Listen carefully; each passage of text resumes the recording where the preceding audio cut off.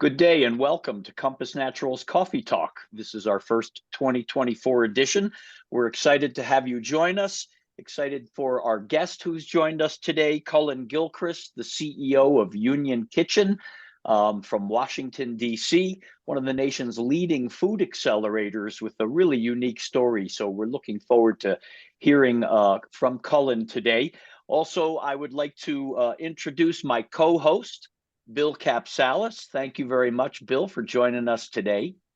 And I want to thank our sponsors, Compass Coffee, Presence Marketing, Naturally Boulder, Naturally New York, and Naturally San Diego. Thank you very much for your support. I had the opportunity to visit Union Kitchen in September 2023 in Washington, D.C. It's in the northeast section of the city in the Eckington neighborhood, where Cullen and his team are really enabling some amazing entrepreneurship in the food industry. Union Kitchen has built not only some very locally renowned brands, but also national brands that are emerging in the marketplace. It's got 50,000 square feet of manufacturing space in the heart of the city, is doing a lot for the city and the neighborhood, and we think it's a great model for accelerators across the country. And Cullen himself shares a deep background in the food industry, in restaurants and food service and manufacturing, before he even became one of the co-founders and now CEO of Union Kitchen. Cullen, welcome, and thank you for joining us today. Thank you, Steve. I'm excited to be here and get a chat with you and Bill. Well, thank you very much. I'm wondering if you can tell us a little bit of your background, just that led you up to connecting with the Union Kitchen model, because I know you worked in finance and restaurants, but talk to us a little bit. And frankly, I think that all comes together in your job today. Yeah, yeah. Growing up, I was very involved in athletics and sports, and kind of combining that with school. The first thing I thought about was kind of the financial world. You get in there, and the idea being that you're competing to be successful. But I really wasn't drawn to that world, and I was drawn to this idea of the food industry. One, I loved eating, right? I obviously, playing sports, you eat a lot of food. But two, I really was drawn to how tactile, how real the food industry was. Much like playing basketball, you know who scored, right? You know how you did, you know how you played. And what I love about the food industry is you're going to take something, say you're at a restaurant, you're going to take some ingredients, you're going to make a dish, you're going to put it in front of a customer, they're going to enjoy it, and you're going to go through that process, kind of from, as they say, from soup to nuts, right? And that's a really, I guess, engaging way to work and to have a career. And so I was drawn to food for that reason. One of the challenges, though, of the food industry is, much like other people, I didn't really know what I could do in food, so started in restaurants, worked in cafeterias, bars, whatever I could get my hand on to learn what was going on in the industry, to figure out what I would do. So I did all sorts of things, worked as many jobs as I could to start to piece that together. Eventually, I started a cafe with some friends here in DC, as well as my sister. And we started to learn about, what it meant to be a food entrepreneur. So that was 2012 or so. But in that process is where we started to figure out what Union Kitchen would be, right? Because we're looking at, it's hard to be a food entrepreneur. Awesome. So in 2012, you and some co-founders, actually Michael Haft as well from Compass Coffee, who we met because coincidentally we share the same name, our podcast, and this now emerging amazing coffee brand that is one of the graduates of Union Kitchen today. You guys got together 12 years ago and you started building out this facility that, again, today houses what, like 80 member manufacturers or something like that? Yeah, we've got facilities that support, actively probably 70, but we've worked with hundreds of startup food businesses. Yeah, so about 12 years ago, we were sitting there running our cafe, learning about, all the good parts of food business and the myriad bad parts, all the problems that not only we were facing, but, we saw other people facing as well. And so we ended up starting Union Kitchen as a solution to a problem. The problem was people who were passionate about something. They're passionate about food. They're passionate about business. They're passionate about feeding their community. Didn't really know how to get started. And so we started Union Kitchen as a shared kitchen. So they could come in. We can take the risk and they could come and pay kind of a monthly fee. And they could take a little bit of space, right? And we could build the infrastructure of all the cooking equipment and the hoods and the HVAC and all the big expensive things. This allowed businesses to get started in a way they couldn't really before. Hmm. So, what we ended up doing in learning from that is we had these businesses in there, and this is let's 12 years ago. But now these people are doing business and they're running into more problems, right?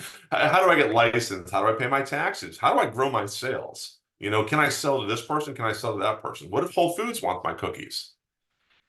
And we realized that solving the first problem just meant we then had more problems. But because we were looking across a whole set of businesses, we started saying, oh, listen, they're all having the same problem. And we can start to solve that problem and put solutions in place. And so we started doing that. We figured out how to become an accelerator. We built a curriculum. We ended up building more and more kitchen facilities so people could produce, their food. We launched a distribution company. So we're going to buy things and sell it to retailers like Whole Foods, Giant here in the region, other folks. And then ultimately, we even built grocery stores because people needed a place to launch their product, to test their product, to iterate their product, and ultimately to outcompete, similar products. And so that was kind of the birth of Union Kitchen, just a bunch of little problems that we started trying to build little and then increasingly larger solutions for. Hmm. And now you've even launched an investment fund as well for, Exactly. how many legs of this stool, so to speak, to help serve the manufacturers out there.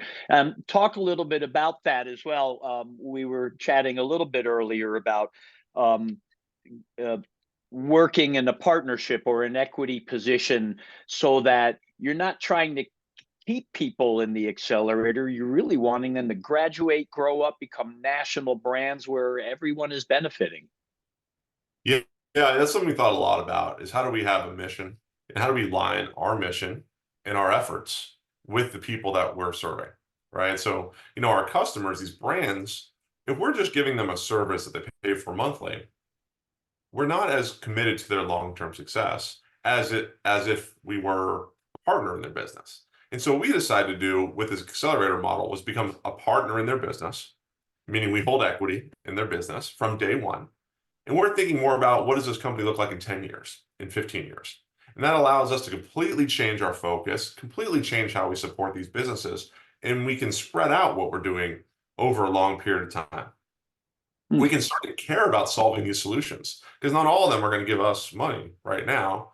A lot of them are going to create value long term if these businesses are able to survive and to keep growing and to make something that people really want. And so we've just been dead set focused on that sort of thing since we launched the accelerator. Cool. And I know there are some brands that are really starting to emerge on the national scene as well.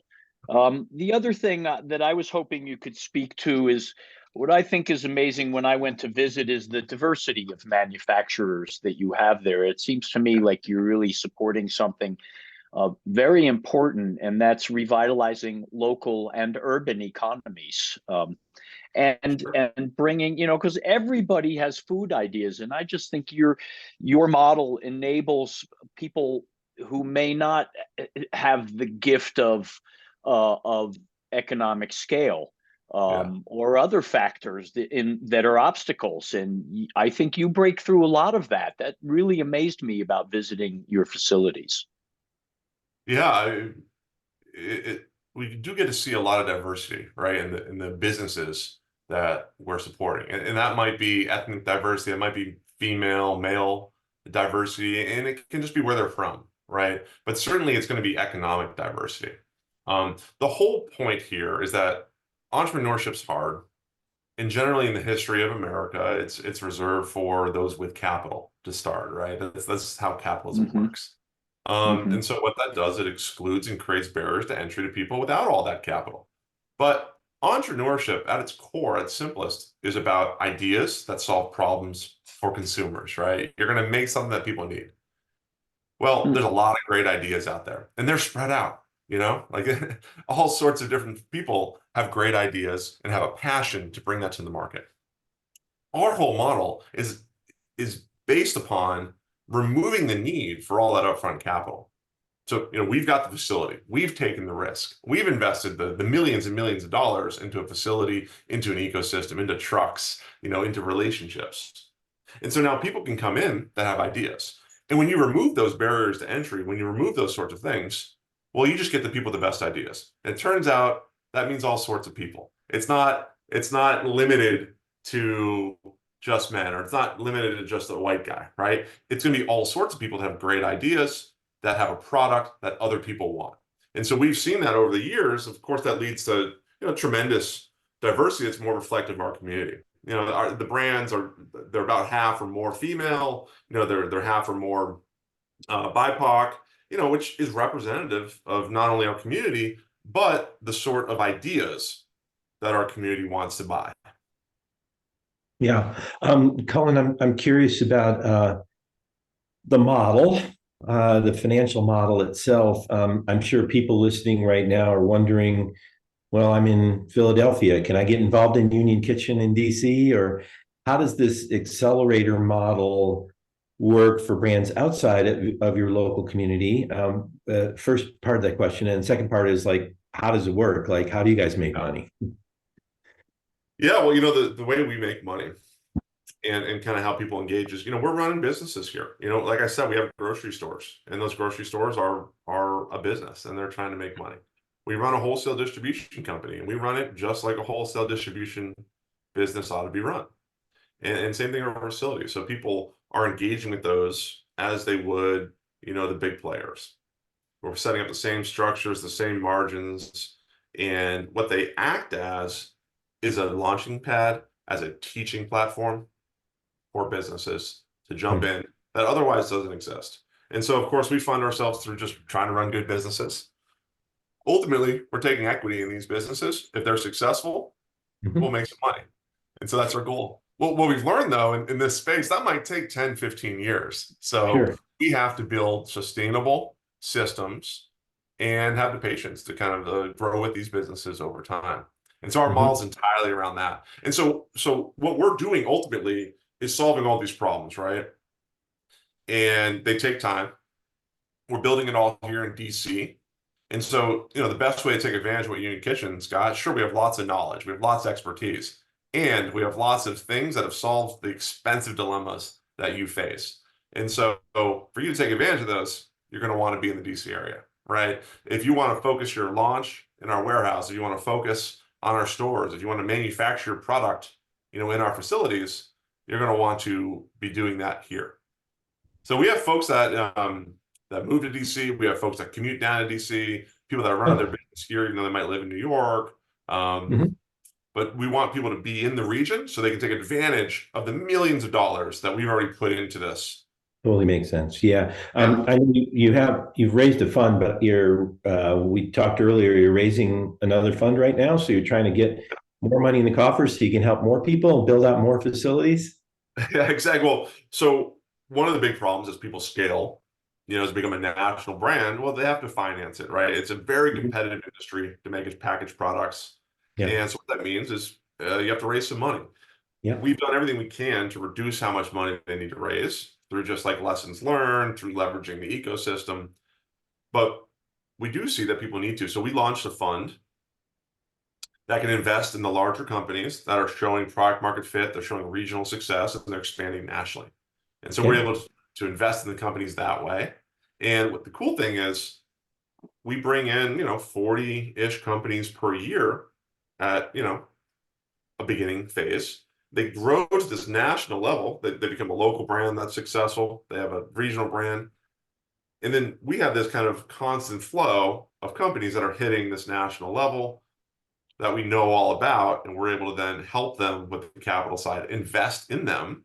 And then, we're a fund, so that means we're raising money from all sorts of folks, around the country that also believe in this sort of thing. Yeah. And we'll create a return one day. So you're doing See, follow-on investing with some of these brands then, right? So as Yeah, they grow. exactly. As they grow, we're going to do basically follow-on investing, Okay. and we're going to try to keep doing more and more of that. And like you Yeah. said, we have raised the fund. We're going to continue raising capital, into the future to keep supporting these brands, but also, creating a vehicle to make some money for investors.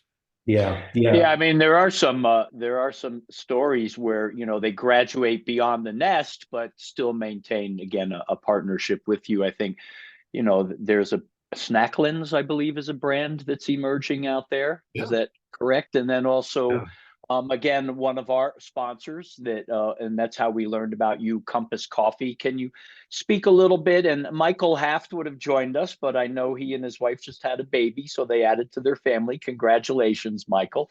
Can you speak to those kind of the brands that you see really graduating? And then I'm interested in a story of someone who came in from the very start with an idea that just, you know, is something that's stuck in your head as a story of success, bootstrapping through Union Kitchen. Yeah. Well, first of all, congrats to Michael and his wife Sophia. And we're excited for them, though we do miss them for our conversation today. We've worked with 250 companies, 300 companies over the years. And a lot of them, it's so hard, they maybe don't even launch a product, right? And so we think of people growing their business through phases. So we've set up phase one through phase four, and I'll kind of walk you through that. But ultimately, phase one it's almost pre-revenue. It's you don't have a product, and so we're going to leverage experience, expertise, and a whole process to get you to market super quickly. What we found is that the big companies, your Nestle's, your General Mills, whomever, they might take 36 months to launch a new product, though sometimes they go faster, of course. But that's something you hear about. Our brands, we want them to go to market from idea to on a shelf in 90 days. That's our goal. It takes longer sometimes, but that's our goal. Mm. And that means great packaging, a great product, safe to eat, and it's going to be fantastic, and people are going to want to buy it again. That speed is so important because it allows us to iterate very quickly. Not only are they going to market quickly, they're going to be able to change and iterate their product when they're in market. Anyways, that's phase one. Phase two is you're in Mhm. market, and now you have to figure out how to win in the local market. We want people to be at our stores. We want them to find their way into other local stores. The goal being, within a small little world, they have to be successful at selling their product. That means they're going to have a product market fit. I think customers want it. Not only do they want it once, they're going to come back, they're going to tell their friends, they're going to keep buying it to the point that they're going to outcompete other products. I don't care who you are. If you can't sell more than Doritos, you're not going to be successful in a broader market. So you're going to have to win. If you're making chips, you're going to have to win on that shelf. And so that's what phase two is all about: product market fit, winning there. Our phase Mhm. three is where we're going to help these brands, and they're going to grow regionally. So they might raise some capital at this point. They might want to build a factory at this point of their own. They're going to learn all about working with other distributors and other retailers that maybe they're in Philly or New York or something like that. So they're going to grow more regionally. And then we have a phase four, and you kind of talked about it: brands that have a national reach. They're running their own facilities and manufacturing, and they have an opportunity to become a really big business. And so over the years, we've got about 15 companies that have come through the program that are at that what we call phase four. They're selling stuff nationally, they've built factories, and they have an opportunity to really grow as a business. But still lots of hard things that they have to do. Exactly. And then on that very startup side, I mean, you bringing some cool products to market. It's soups, it's cookies, it's again coffee. It's an amazing coffee roasting facility that Compass has developed, graduating from you. Again, I think you're regentrifying an important part of Washington D.C. as well. And I'm wondering, is there anything like Union Kitchen? I know there are accelerators around the country. Do you communicate with them? And is there anything like you anywhere else in the nation? Well, we're an industry, right, where there's need for services, right? So there's lots of people that are out there doing facilities or kitchens. There's lots of investors out there. There's lots of brokers and salespeople that are helping. There's lots of manufacturers and co-packers and co-mans. I'd say we're probably really unique in that we're trying to solve a series of problems from, zero up to 10 million, $100 million in sales. And we're trying to plug in all those different things. The reason we do that, it's not because we're up for the pain or whatever. It's because we really do believe in a couple things, right? We believe that businesses that are driven by consumer demand are going to make better products for consumers, and they're going to scale better, right? So they're not supply based. They're not making things because they can. They're making things because people demand them. So that's part one. And part two is we believe manufacturing is the most important thing to be able to achieve that. If you can manufacture yourself, you can iterate quickly. You can listen to customers. You can produce small runs. You can put new products on shelves in 90 days. You also can do all of that with a much better margin because you're not going to give away your margin to some other company. Well, if you've got that good margin, you don't have to raise as much money. You're less stuck in ways, and you can be a lot more nimble. All this allows you to respond to consumer demand and continually to iterate and make a better product and to make better products so that you can just, again, win at each stage, whether it's local in your local store or it's regionally as you're going to broader sets of customers. Hey, Bill, you have any final questions for our guest? we have a few minutes left, and I'm wondering if you could just riff a little bit, Cullen, on what you think sort of the future holds for innovation, for consumer preferences. You talked a little bit about that earlier. What are you seeing out there? Well, I think it's a great question. Broadly, our thesis is about solving that our food industry is supply chain based, meaning the products that we eat in America, that's at our grocery stores. It's all about what products can work well, right? No one in the world ever requested corn syrup, yet it's in a lot of our food. So that's supply chain based. We could make this, let's put it in there. That's the American system. For us, we want to focus on consumer demand, right? And so how do we listen to them to make products that consumers really, really want? Not products that we have to sell to them, but rather they're demanding. So this whole thing is about creating those sorts of companies and supporting them through all this growth. In doing so, we have to manufacture. Our country is largely outsourced manufacturing, which I think, is a massive mistake to our ability to actually produce things and create economic wealth and diversity. So yeah, as we grow here, we're really focused on that thesis as not only something we believe in that's important, but also we think that's going to be the best path towards success, towards economic vitality for these companies. Yeah, that's well said. So you guys, you're in it for the long haul here. You raise a fund and you just keep at it, huh? Yeah, I mean, when you invest in a startup company, it might take 10, 15 years to see value. And so we've had to build a whole ecosystem, a whole everything that's going to allow us to do this for 10, 15, 20, 30 years and create that long-term value. And that's why we said from the beginning, like, what's our mission? Why are we doing it? And how are we going to create value for both ourselves and the folks that we support? Yeah. Steve, I'll close with a couple final thoughts. One, there's a lot of altruism with Union Kitchen. I believe, and I can feel it. I know you visited the place. There is a sense of place here, and it is rather unique in terms of the accelerator world that I've known and been involved in. So, congrats to you guys. Sounds like you're doing pretty cool work. I can't think why an entrepreneur who had a food idea in your area wouldn't call you. So, if you're listening, give them a call. So I'll leave you with that. Thanks for your thoughts, Cullen, today. It was really intriguing. Thank you.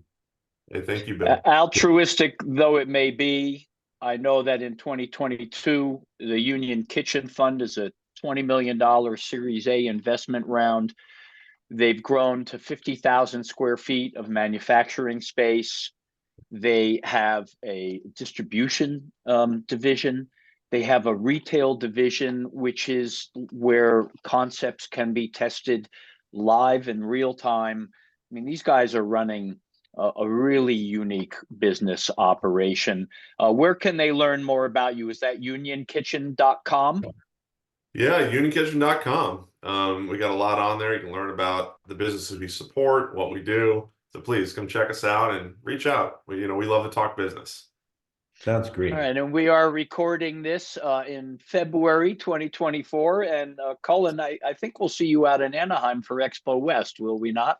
You certainly will. I look forward to That'd that. be great. Yeah, that'd be All great. right. Good to catch Look up. forward to seeing you there. And thank you so much for taking the time with us today. Again, thank you to our sponsors, Compass Coffee, based out of Washington, D.C. How we met Cullen actually was through that. So I just think this is really awesome, full circle connection. Again, Presence Marketing. Thank you, good folks at Presence Marketing, one of the lead brokers in the United States for natural products. And then these great associations, if you don't know about them and you are a natural products professional, look into Naturally Boulder, Naturally New York, and Naturally San Diego. And we will see you next time. Thank you for joining us on Compass Naturals Coffee Talk. All right. Thank See you.